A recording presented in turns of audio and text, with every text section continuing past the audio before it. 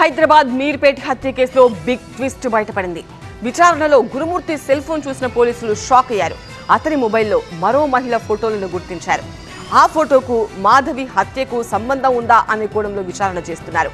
భార్యను కిరాతకంగా చంపిన గురుమూర్తి డెడ్ బాడీ లేకుండా జాగ్రత్త పడడంతో ఆనవాళ్లు సేకరించిన పోలీసులకు సవాల్గా మారింది. తాజాగా సీన్ రీకన్స్ట్రక్షన్ కోసం గురుమూర్తిని ఇంటికి తీసుకువెళ్లారు పోలీసులు. హైదరాబాద్ నగరంలో సంచలనం సృష్టిస్తున్న మీర్పేట మహిళా హత్య కేసులో కొత్త ట్విస్టులు వెలుగు చూస్తున్నాయి. ఇప్పటి వరకు గురుమూర్తి తన భార్య మాధవిపై అనుమానం పెంచుకొని ఆ విషయంలో జరిగిన గొడవలో ఆమెను మట్టుబెట్టాడన్న విషయమే తెలుసు. కానీ ఇప్పుడు మరో దిమ్మ తిరిగే విషయం వెలుగులోకి వచ్చింది. నిందితుడు గురుమూర్తి మొబైల్లో మరో మహిళకు సంబంధించిన ఫోటోలను పోలీసులు గుర్తించారు.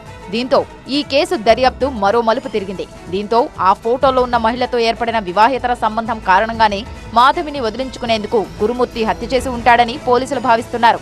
ఈ కేసు విచారణ వేగవంతం చేసిన పోలీసులు క్రైమ్ సీన్ రీకన్స్ట్రక్షన్ కోసం సరూర్ నగర్ ఎస్ఓటీ ఆఫీస్ నుంచి గురుమూర్తిని ఇంటికి తీసుకువెళ్లారు. వెంకటమాధవి హత్య కేసులో పోలీసుల విచారణలో గంటకో నిజాన్ని బయట పెడుతున్నాడు కిల్లర్ గురుమూర్తి. అనుమానంతో భార్యను టార్చర్ పెట్టిన గురుమూర్తి పండక్కి పిల్లల్ని ఊరికి పంపించి అత్యంత దారుణంగా మాధవిని మట్టుబెట్టాడు. ఆ తర్వాత గురుమూర్తి నడిపిన క్రైమ్ కథ కాకీలతో పాటు సభ్య సమాజాన్ని నివ్వెరపోయేలా చేస్తోంది. గురుమూర్తి ఆర్మీలో పనిచేసి రిటైర్ అయ్యాడు. 13 ఏళ్ల క్రితం మాధవిని పెళ్లి చేసుకున్నాడు. 2 పిల్లల తండ్రి అయినా భార్యను అనుమానించడం మానలేదు. అనుమానం పెనుభూతమై భార్యను చంపాలని స్కెచ్ చేశాడు. సంక్రాంతి సెలవుల్ని అడ్డం పెట్టుకుని పిల్లల్ని అత్తమామ ఇంటికి పంపాడు. 2 రోజుల తర్వాత అంటే ఈ నెల 15న మాధవిని కిరాతకంగా చంపేశాడు. మటన్ కొట్టే చెక్క ముక్కను ఉపయోగించి మృతదేహాన్ని ముక్కలుగా నరికాడు. కుక్కర్లో ఉడకబెట్టి ఆ తర్వాత ఎండబెట్టి పొడిగా మార్చాడు. పౌడర్ని జిల్లెలగూడ చందన చెరువులో కలిపేశాడు. ఈ క్రమంలో యూట్యూబ్లో మర్డర్ చేశాక ఎస్కేప్ ఎలా అనే వీడియోలను పదే చూశాడట గురుమూర్తి. ఎవరికీ అనుమానం రాకుండా మాధవి తనతో గొడవ పెట్టుకుని ఇంట్లోంచి వెళ్లిపోయిందని నమ్మించాడు.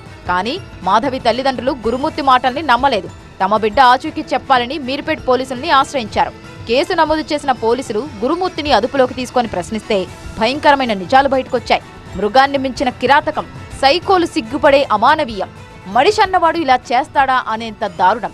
గురుమూర్తి నిర్వాకం విని చుట్టుపక్కల ఉన్న వాళ్ళంతా షాక్ అవుతున్నారు. పండగకు వస్తా మా బావ వాళ్ళు పండగకి రమ్మన్నా కానీ పంపించలేదు అమ్మాయిని. ఎప్పుడే కానీ పుట్టింటికి పంపించినోడు కాదు. తనను చాలా చిత్రహింసలు పెడుతున్నాడు. కానీ అమ్మాయి బయటపడేది కాదు. ఇంత క్రూరత్వంగా ఇంత పిశాచకంగా చేయకూడదని వాడికి ఎలా అయినా సరే కఠిన శిక్ష వేయాలని, జీవితాంతము ఖైదీగా జైల్లోనే ఉండేటట్టు చేయాలని నేను కోరుకుంటున్నాను. వానికి ఏదో శిక్ష పెట్టాలి సార్. మీరు వాళ్ళ అక్క కానీ వాళ్ళ తమ్ముడు కానీ పెట్టాలి సార్. మీరు చెయ్యాలా?